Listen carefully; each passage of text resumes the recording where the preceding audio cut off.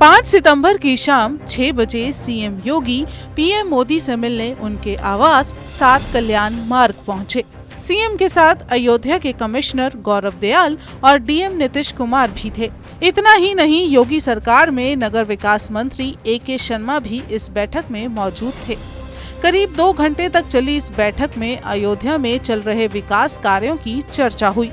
राम मंदिर के उद्घाटन के लिए आने वाले वीवीआईपी गेस्ट से लेकर आम जनता के ठहरने और दर्शन के बारे में भी किए गए इंतजाम को लेकर चर्चा की गई। अधिकारियों ने मंदिर निर्माण और विकास के चल रहे कार्यों का प्रेजेंटेशन भी दिखाया। पीएम मोदी ने बैठक में अयोध्या में सरकार के पास कितनी जमीन है, इसकी जानकारी भी ली। साथ ही अयोध्या के इंफ्रास्ट्रक्चर के बारे में भी कई सवाल किए।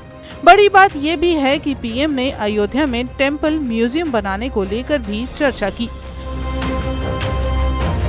लेकिन अब आपको बताते हैं कि इस बैठक के बाद उस 30 मिनट की कहानी, जिसका सीधा सरोकार यूपी सरकार और सियासत से है। अयोध्या को लेकर हुई इस बैठक के बाद सीएम और पीएम की मुलाकात में यूपी की सियासत से जुड़ी बातें भी हुई। सूत्रों का दावा है कि इस बैठक में ए.के. शर्मा भी मौजूद रहे। यूपी सरकार में नगर विकास और बिजली मंत्री ए.के. शर्मा को मोदी का बेहद खास माना जाता है। गुजरात में मोदी के सीएम रहते वक्त ए.के. शर्मा मोदी के सचिव रहे थे। सूत्रों की माने तो पीएम ने इस बैठक में घोसी चुनाव के बारे में भी जानकारी ली है। 5 सितंबर को ही घोसी उपचुनाव के लिए वोटिंग हो रही थी। पीएम मोदी ये जानना चाह रहे थे कि घोसी की सीट पर इतनी मेहनत की आवश्यकता क्यों महसूस हुई। साथ ही सहयोगी दलों के नेताओं का उपचुनाव में कितना प्रभाव रहा। सूत्र तो ये भी दावा कर रहे हैं कि पीएम को बताया गया कि भाजपा घोसी चुनाव जीत रही है। सूत्रों पर यकीन करें तो योगी मोदी के सीक्रेट मीटिंग में उत्तर प्रदेश मंत्रिपरिषद के संभावित विस्तार को लेकर भी चर्चा की गई है। चर्चा में क्षेत्रीय संतुलन और जातिगत समीकरण पर विशेष फोकस रहा। सहयोगी दलों की भूमिका और उनके पॉलिटिकल स्ट्रेंथ पर भी बातचीत हुई। 2024 के लिहाज से किसको कितनी तवज्जो देनी है, ये घोसी उपचुनाव के परिणाम की समीक्षा के बाद तय किया जाएगा। पीएम मोदी ने सीएम योगी के विकास कार्यों की सराहना की। साथ ही आश्वस्त किया कि यूपी के विकास में पैसे की कमी नहीं आने दी जाएगी।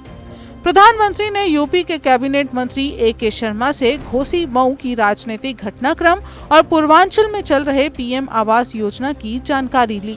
इस बैठक में राजनीतिक गलियारों में इस बात को भी हवा दी है कि घोसी उपचुनाव परिणाम उत्तर प्रदेश में 2024 के लिहाज से बीजेपी की सियासी रणनीति तय करेंगे। इतना ही नहीं, इस बैठक में लोकसभा चुनाव में सहयोगी दलों को सीट देने संबंधी रणनीति पर भी विचार हुआ है। बैठक में ये तय हुआ है कि 8 सितंबर को चुनाव परिणाम के बाद संगठन की एक बैठक बुलाई जाए। इस बैठक में ओम प्रकाश राजभर, दारा सिंह चौहान और आकाश सक्सेना को मंत्रिमंडल में शामिल करने पर मुहर लग सकती है। इसके साथ ही जातीय और क्षेत्रीय आधार पर संगठन में कुछ भी बदलाव हो सकते हैं। माना जा रहा है कि घोसी उपचुनाव के नतीजे यूपी की सियासत में कुछ नया समीकरण तय करेंगे।